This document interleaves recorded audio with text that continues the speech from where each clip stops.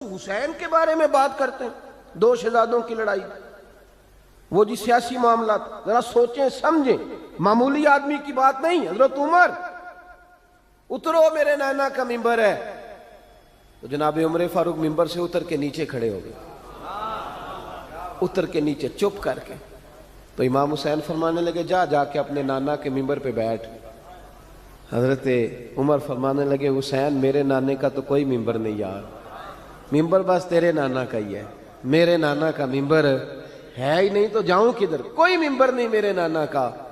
یہ لفظ کہے تو جناب عمر رو پڑے، کہنے لگے میں تو اونٹ چرانے والے کا بیٹا ہوں، میرے نانا کا ممبر کہاں سے آیا؟